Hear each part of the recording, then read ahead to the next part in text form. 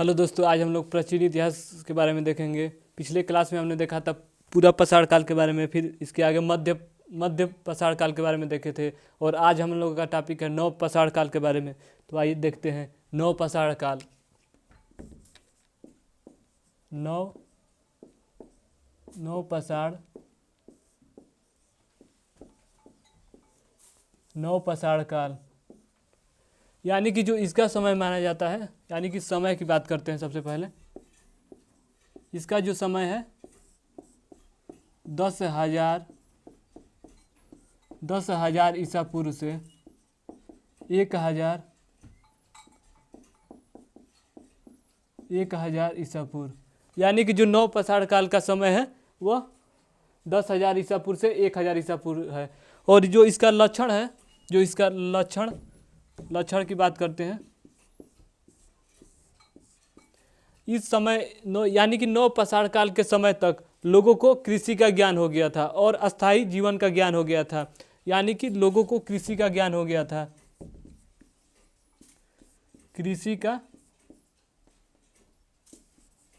लोगों को कृषि का ज्ञान हो गया था और अस्थाई जीवन का भी ज्ञान हो गया था। यानी कि लोग बस्ती बनाकर रहते थे, यानी अस्थाई जीवन का भी ज्ञान हो गया था।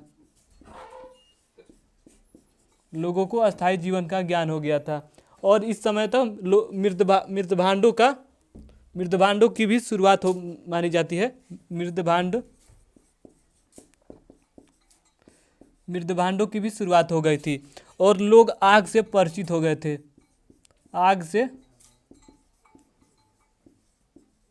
लोग आग से परिचित हो गए थे। यानी कि नव पाषाण काल के समय ही एक बार जंगल में आग लग जाती है, जिससे काफ़ी जानवर और जो पेड़ हैं वो जल जाते हैं। तो लोगों को, जब जानवर जले तो लोगों ने सबसे पहले उनके मांस को खाया। तो उनके जो जानवर हैं उनके मांस को खाया तो उनको लगा कि जो पशुओं को मतलब जलाकर खाने से उसका स्वाद ही कुछ अलग है। तो माना जाता है कि नव पाषाण काल के समय ही लोगों को ये आग से परिचित हो गए, मतलब आग का ज्ञान के बारे में, प्रयोग के बारे में इनको मालूम चल गया। और जो आग का जो परिचय की बात है तो वह पूरा पाषाण काल के ही दौरान हो गया था, जो कि लोग जो गुफाओं के आगे प्रयोग करते थे, यानी कि आगे जला देते थे पूरा पाषाण काल में, कि जो जानवर है वो अंदर गुफा के अंदर ना आए। और जो प्रयोग की बात करते हैं तो नव पाषाण काल में इनको प्रयोग का मालूम चलता है। और यानी कि नव पाषाण काल में ही पहिए का आविष्कार माना जाता है। पहिए का आविष्कार ही नव पाषाण काल में हुआ था। और जो फसल की बात करते हैं, यानी कि सबसे पहले जो उगाया गया फसल वह जौ है। और खाया गया फसल गेहूं है। यानी कि आप लोग सोच रहे हैं उगाया गया जौ और खाया गया गेहूं, ऐसा क्यों? असल में जो जौ था वह धार्मिक कार्य में प्रयोग किया जाता था। जो जौ है वह धार्मिक काम में प्रयोग किया जाता था। और जो सबसे पहले खाया गया वह गेहूं खाया गया, यानी गेहूं को खाया गया। जो फसल है गेहूं है और उगाया गया सबसे पहले जौ है। तो सबसे पहले हम लोगों ने देखा कि यहाँ पर कृषि का ज्ञान हो गया था और लोग अस्थाई जीवन जीने लगे थे, यानी बस्ती बनाकर लोग रहने लगे थे। और यहाँ पर सबसे पहले मृदभांडों की भी शुरुआत हो गई थी और लोग आग का प्रयोग के बारे में जानकारी हो गई थी। और ये नव पाषाण काल में ही पहिए का आविष्कार हुआ था। और फसल की बात करते हैं तो सबसे पहले उगाया गया फसल जौ है, लेकिन खाया गया सबसे पहला फसल गेहूँ है। तो इसके आगे औजार के बारे में बात करते हैं। औजार यानी कि औजार हम लोगों ने देखा पूरा पाषाण काल में देखा, जो औजार थे स्फटिक, क्वांटिजाइट और स्लेट के बने थे। स्फटिक, क्वांटिजाइट और फल्क और ब्लेड के बने थे। और फिर हम लोगों ने मध्य पाषाण काल में देखा तो माइक्रोलिथ के बने थे, लेकिन इसमें जो औजार थे स्लेट पत्थर के बने थे। यानी कि स्लेट पत्थर, यानी कि इस आकार की, जो आगे था वह नुकीला था, और आगे नुकीला और बीच में जो पीछे का भाग है मोटा सा था। यानी कि इस समय औजार था वह स्लेट पत्थर का बना था। यानी कि हम लोगों ने सबसे पहले देखा नव पाषाण काल के बारे में, जो इसका समय है 10,000 ईसा पूर्व से 1,000 ईसा पूर्व। और जो इसमें लक्षण है, इस समय तक लोगों को कृषि का ज्ञान हो गया था और लोग अस्थायी जीवन का ज्ञान हो गया था, और यहाँ पर सबसे पहले मृदभांडों की भी शुरुआत हो गई थी और लोग आग से परिचित हो गए थे। यानी कि आग से परिचित यानी प्रयोग के बारे में जानकारी हो गई थी। और अगर परिचित की बात करेगा तो पूरा पाषाण काल में ही आग से परिचित थे। और यहाँ पर ही नौ पहिए का आविष्कार माना जाता है। और फसल की बात करते हैं तो सबसे पहले जो उगाया गया फसल है वो जौ है, और जो खाया गया है गेहूँ है। औजार की बात करते हैं तो स्लेट पत्थर के औजार इस समय बने थे। और इस नौ पाषाण काल में जो स्थल है उसकी बात करते हैं अब।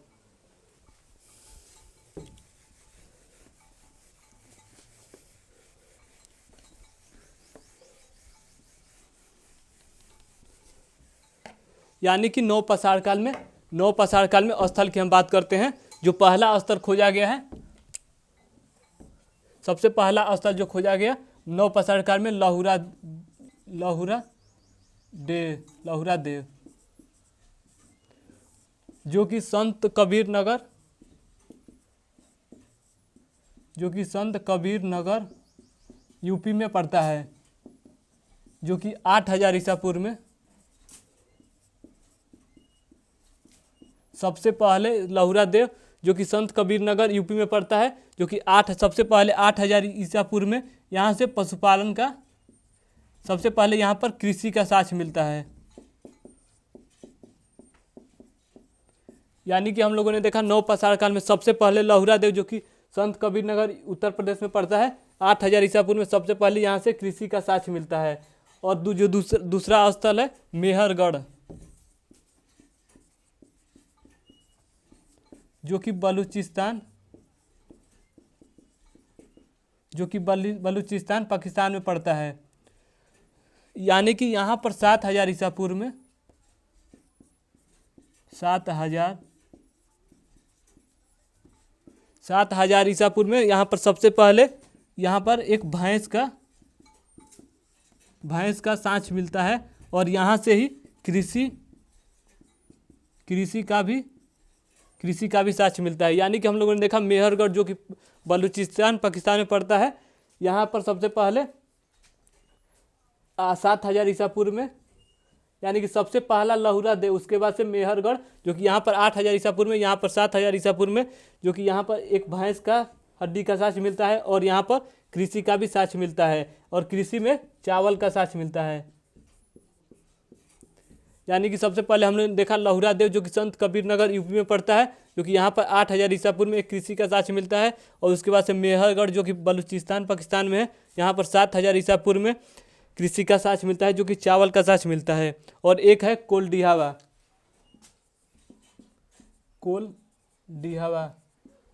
यहाँ पर 6500 ईसा पूर्व में, जो कि यह इलाहाबाद में पड़ता है।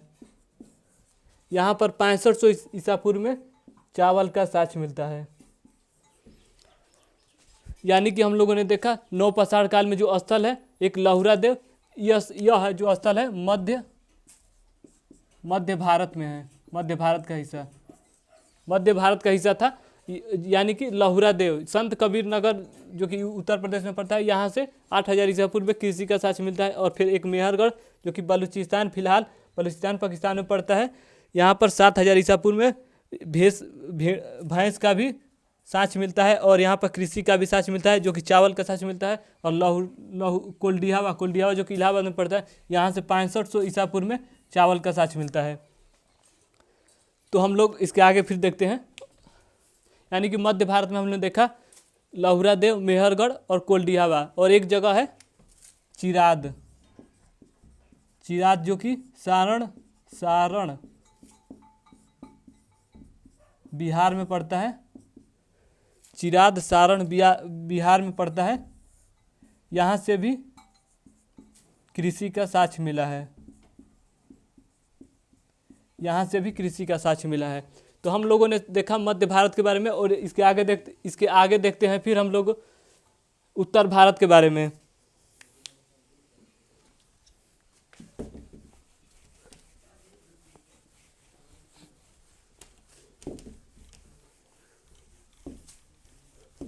उत्तर भारत के बारे में देखते हैं। उत्तर भारत,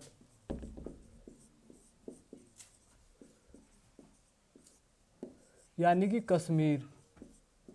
कश्मीर में दो जगह से मिला है, एक है बुर्जी होम और एक गुफ फकराल। एक है गुफ फकराल, एक है बुर्जी होम। यानी कि यहाँ से एक कब्र में एक व्यक्ति के साथ एक कुत्ते दफनाने का साक्ष्य मिलता है। और यहाँ पर लोग गड्ढे में रहते थे। यानी कि यहाँ से स्पष्ट मिलता है कि लोग गड्ढे में रहते हैं और यहाँ पर जो लोग हैं बस्ती बना कर रहते थे। यानी कि हम लोगों ने देखा बुर्जी होम यानी कि कश्मीर में जो क्षेत्र है, यहाँ से एक कब्र में एक व्यक्ति के साथ कुत्ते दफनाने का साक्ष्य मिलता है और यहाँ के लोग गड्ढे में रहते थे, यानी कि खुदाई करके रहते थे। और एक यहाँ पर लोग जो है बस्ती का ज्ञान हो गया था, यानी कि लोग बस्ती बना कर रहते थे। और एक गुफ फकराल है जो कि यहाँ से सील बट्टे यानी कि कश्मीर का जो गुफ फकराल है, यहाँ पर लोग सील बट्टे का प्रयोग करते थे और यहाँ पर भी बस्ती का साक्ष्य मिलता है और कृषि का भी साक्ष्य मिलता है। यानी कि हमने उत्तर भारत में देखा बुर्जी होम जो कश्मीर में पड़ता है और एक गुफ फकराल। बुर्जी होम से एक व्यक्ति के साथ कुत्ते दफनाने का साक्ष्य मिलता है और लोग यहाँ पर गड्ढे बना कर रहते थे और यहाँ पर बस्ती का भी साक्ष्य मिलता है।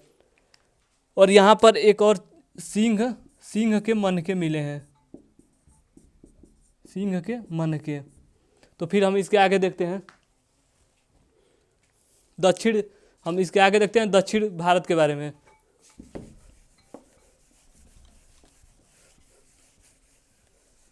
दक्षिण भारत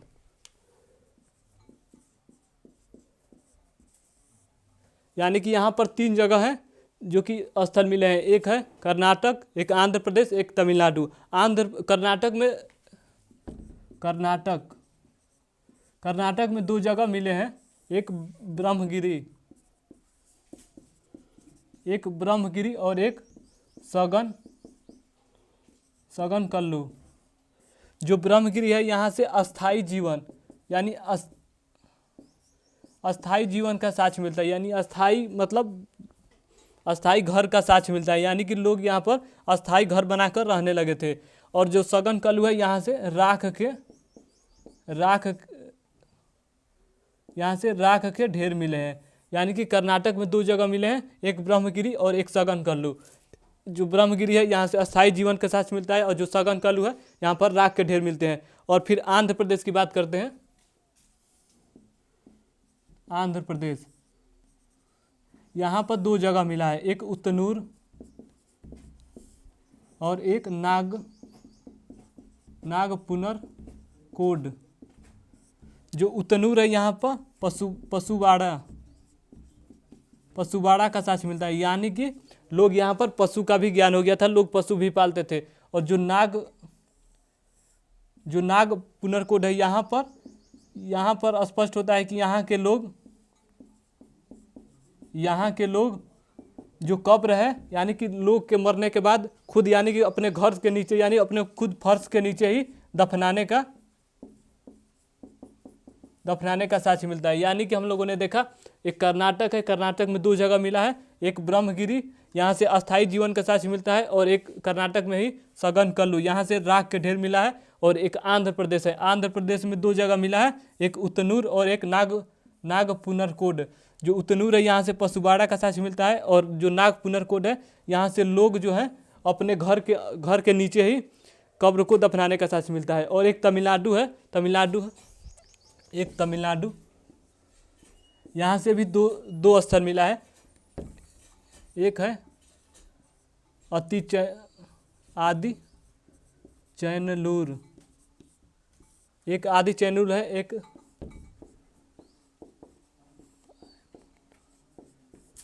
एक आदि जो चैनलूर है तमिलनाडु में, यानी कि तमिलनाडु में 2 जगह मिला है, एक आदि चैनूर, एक जो मिला है पायमपल्ली। जो आदि चैनूर है यहाँ पर एक नदी है ताम्रपड़ी नदी। यानी कि हम लोगों ने देखा आंध्र प्रदेश है, आंध्र प्रदेश में जो जगह मिला है नागपुनरकोड, यहाँ पे जो लोगों को दफनाने का साक्ष्य मिलता है, यानी कि अपने ही घर के नीचे, फर्श के नीचे दफनाने का साक्ष्य मिलता है। और यहाँ पर जो तमिलनाडु में आदिचेयनलूर है, यहाँ पर एक नदी है ताम्रपड़ी नदी, यहाँ से लगभग 100 एकड़, यहाँ से 111 एकड़ दूरी पर लोगों के कब्र का साक्ष्य मिलता है। यानी कि जो ताम्रपड़ी नदी है, यहाँ से 111 एकड़ दूरी पर कब्र का साक्ष्य मिलता है। यानी कि हम लोगों ने देखा आंध्र प्रदेश में जो नागपुनरकोड है, यहाँ पर लोग घर में ही कब्र को दफनाने का साक्ष्य मिला है। लेकिन जो तमिलनाडु में एक आदिचेयनलूर जगह है, यहाँ पर यहाँ पर 100 एकड़ दूरी पर कब्र के दफनाने का साक्ष्य मिल रहा है। और जो पायमपल्ली है, यहाँ से कुछ ऐसा साक्ष्य नहीं मिला है, यहाँ पर बस जो कब्र का ही साक्ष्य मिला है।